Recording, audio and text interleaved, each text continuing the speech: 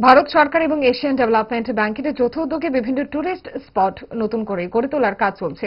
রবিবার আগরতলা প্রেস ক্লাবে এক অনুষ্ঠানে রাজ্যের বিভিন্ন পর্যটন কেন্দ্রের উন্নয়ন প্রসঙ্গে পর্যটন মন্ত্রী সুশান্ত চৌধুরী জানান, ট্যুরিজমের ক্ষেত্রে রাজ্যে আরও নতুন নতুন পদক্ষেপ গ্রহণ করা হচ্ছে। নতুন কোন এলাকাকে পর্যটনে আওতায় আনা হবে? দেখুন, ভারত সরকার এবং এশিয়ান ডেভেলপমেন্ট ব্যাংকের অধীন আমরা সহযোগিতা নিয়ে বিভিন্ন প্রজেক্টগুলো সেখানে আমরা করছি।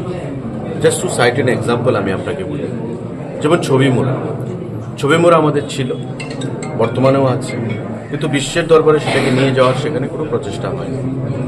এই ছবিমোড়াতে আমাদের প্রায় 52 কোটি টাকার কাজ চলছে এডিবির আকারে, এডিবির প্রজেক্ট।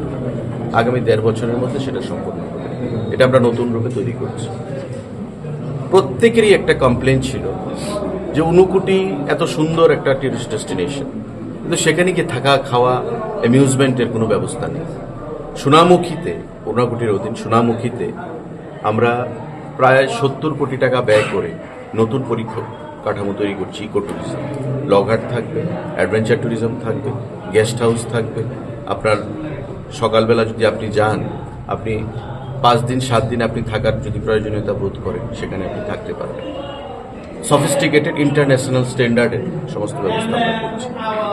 আমাদের জিরানিয়াতে SN কলোনি, সেখানে এটা ডিপিআর পর্যায়ে রয়েছে, আলোচনা চলছে।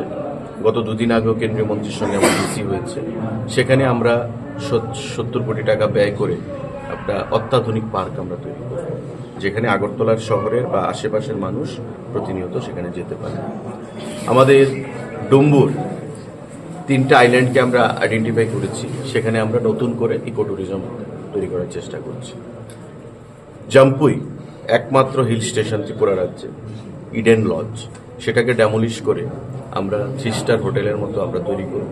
এবং অ্যাডভেঞ্চার ট্যুরিজম, যেমন বাঞ্জি জাম্পিং, আমাদের টয় ট্রেন, তারপরে আমাদের স্কাই ওয়াক, এই যে অ্যাডভেঞ্চার ট্যুরিজমগুলো, সেই অ্যাডভেঞ্চার ট্যুরিজমগুলো সেখানে অ্যাড করার আমরা বন্দোবস্ত করছি।